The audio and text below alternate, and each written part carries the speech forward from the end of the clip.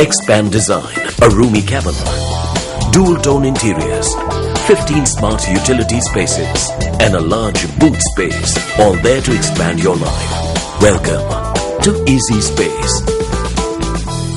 குறித்த ஊடகவியலாளர்களை விசாரணைக்கு சமூகம் அளிக்குமாறு ஓமந்தை போலீசார் அழைப்பு விடுத்துள்ளமை குறிப்பிடத்தக்கது.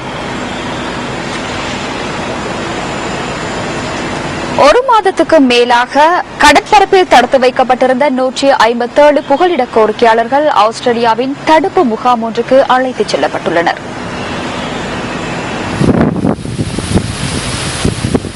ஆஸ்திரேலிய அதிகாரிகளால் இடைமறிக்கப்பட்ட படகு ஒன்றில் இருந்த குறித்த புகலிட கோரிக்கையாளர்கள் ஆஸ்திரேலிய சுங்கத்திற்கு சொந்தமான கப்பல் ஒன்றில் சில வாரங்களாக தடுத்து வைக்கப்பட்டிருந்தனர்.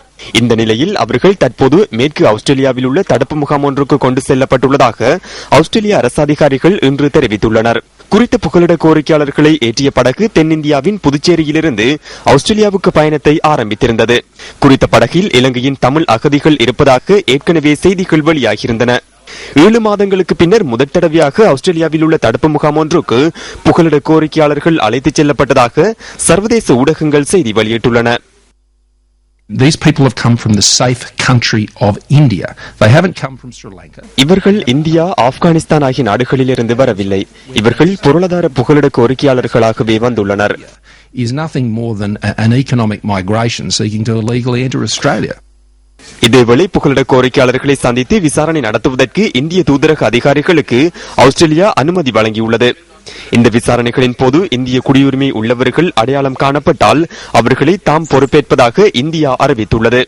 இலங்கை பிரஜைகள் தொடர்பில் சர்வதேச சட்டத்திற்கு அமைய நடவடிக்கை எடுக்க வேண்டும் எனவும் இந்திய அதிகாரிகள் குறிப்பிட்டிருந்தனர். இந்த நிலையில் ஆஸ்திரேலிய நிலப்பரப்பில் உள்ள புகலிட கோரிக்கையாளர்களை சந்திப்பதற்கு இந்திய தூதரக அதிகாரிகளுக்கு சந்தர்ப்பம் வழங்கும் தீர்மானத்தை ஆஸ்திரேலிய எதிர்க்கட்சி விமர்சித்துள்ளது.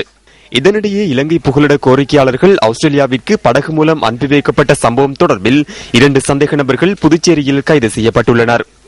ஆஸ்திரேலிய அதிகாரிகள் வழங்கிய தகவலுக்கு அமைய சந்தேக நபரான 2 படகு உரிமையாளர்கள் புதுச்சேரி போலீசாரால் கைது செய்யப்பட்டதாக இந்திய ஊடகங்கள் செய்தி வெளியிட்டுள்ளன.